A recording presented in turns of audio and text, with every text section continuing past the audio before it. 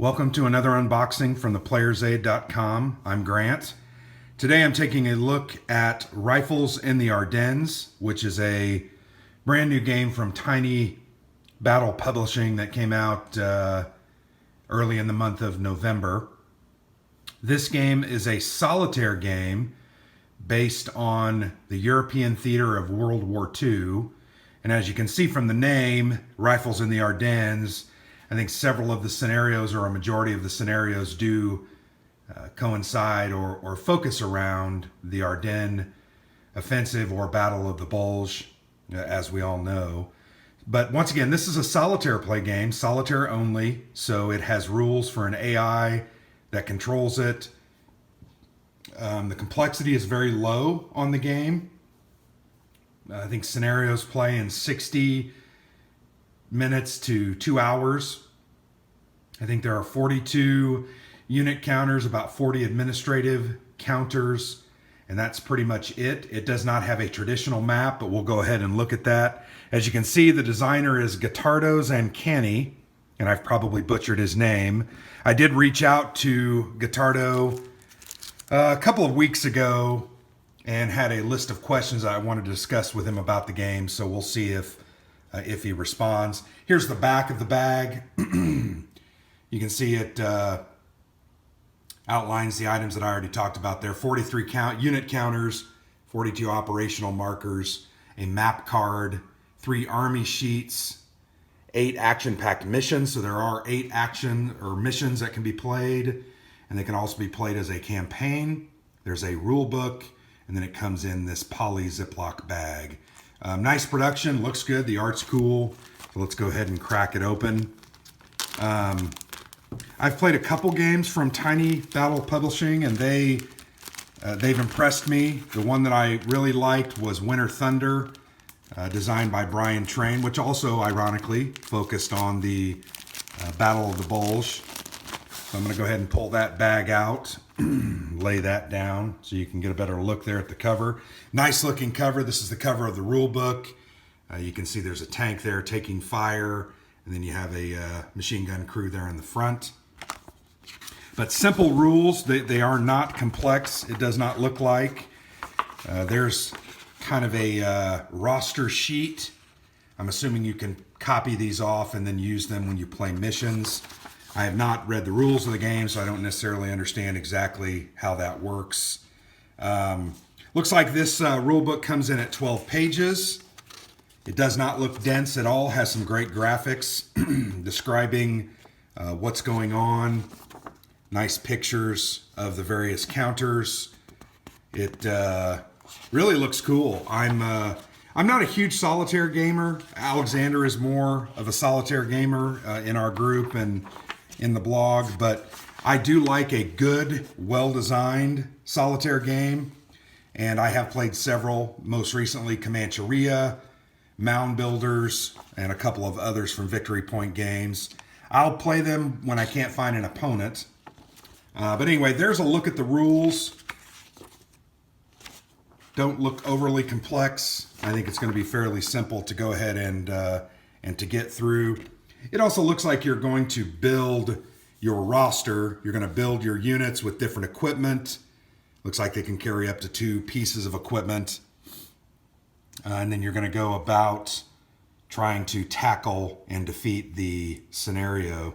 So looking forward to this. I actually may try to do that this weekend, at least break out one of the missions and give it a try.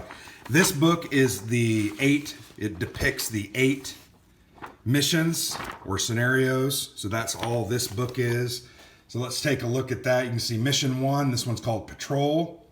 There is an event table. So it looks like when you probably have to, as part of the sequence of events or the game sequence, roll on the event table, and either nothing will happen on a 1 or 2, or you can have all kinds of different things happening, including heavy rain, which is a negative to DRM to combat, etc. So here it looks like some information on how enemy activations happen, the terrain table, enemy presence table, and then over here you're going to have the target table. So looks Pretty simple, but obviously I have to read through the rules to get an understanding of what all these terms mean.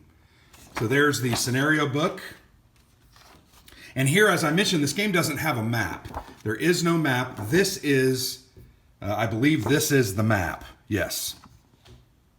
So what you're going to do is as you encounter different things, including terrain types and other enemy units, you're going to place those in those boxes and then have to defeat those or overcome them to move on to the next boxes. On the back of this card, there are some examples of how you might build squads. You can see here there's action points that will be assigned, 9 action points for units, and then 1 action point for grenades, which is one of those equipments. So you're going to build your squad, and then you're going to go about trying to win those. But that's the map. So you can see that's not a normal map. It really works, I believe, top to bottom. So you're going to, once again, in sequential order, move through those areas and then defeat it when you get to a certain point. So on to the best part. These counters are incredible. I'm just going to say it. So these counters, let me just look at those.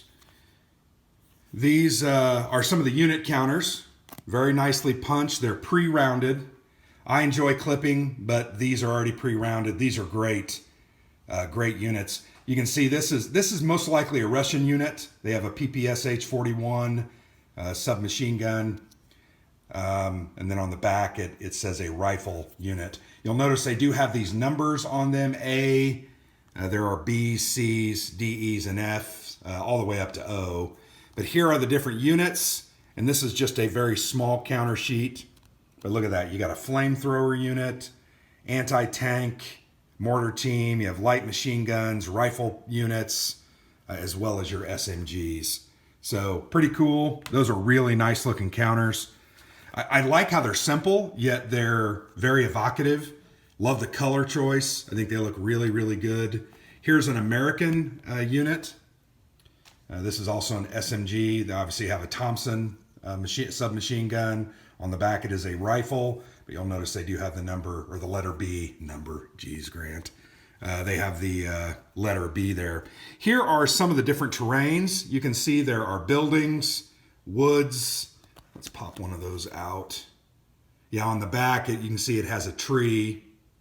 And one of that scenario that we looked at, it looked like there were rifle units in trees. So obviously some of the areas we're going to start already stocked with rifle units hidden out in trees. You also have suppressed markers on the back of these suppressed markers. You have cover, but more units. Here's a bazooka unit for the Americans. Here's some of the German units.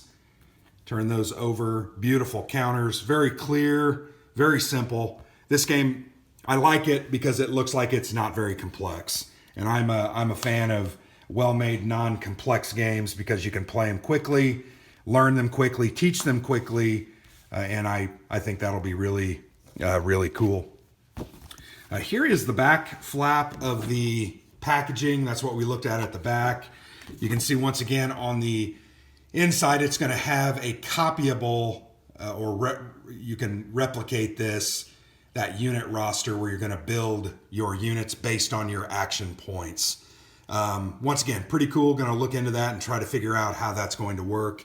There is, you can see game turn. You have group creation. That's where you're going to build your teams. Friendly units activation. You're going to take your actions. Enemy are then going to see if they're there, and then the enemy are going to activate if they are there. So really looks pretty simple and straightforward. You're just going to follow this down and play the game that way. I think it'll be really cool. These are the Army sheets. So here you can see there is a USSR or Russian Army sheet. On the back of it, there is a German Army sheet. And you can see this is outlining all of these different counters that I already showed you, giving their unit type, their range, their combat factors, etc., and then their various attributes. So you're going to be able to build those. This is going to tell you how many points that you can either get. Here, Army points 10, and then you're gonna build those based on what you're looking to use. So anyway, Russian, German. Sorry, I moved the camera there. And then here is the U.S. side. So Looks pretty simple. You can look down at the bottom. There are these different kind of tables that give you a little better idea of what some of the units can and cannot do. Also, they're going to give you some examples of how you should build teams. That's cool. That'll help understand the game. And then here is a look, kind of a description of the army sheets and what their makeup is. And you can see it's not really difficult, but I like that aid because it's going to help you understand what it is that you're reading. So my friends, that's a look at, Rifles in the Ardennes. I was just looking at these counters again. Really nice looking counters. Rifles in the Ardennes from Tiny Battle Publishing.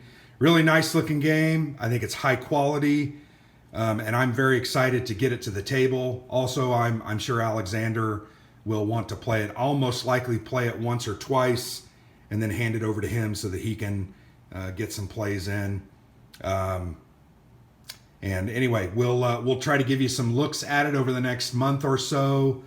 Look for a video review as well as maybe a written review, as well as some action points that might describe or outline some of the different abilities and actions that everything has and how things work. So just to give you a better insight into the game. But really nice looking game from Tiny Battle Publishing, Rifles in the Ardennes.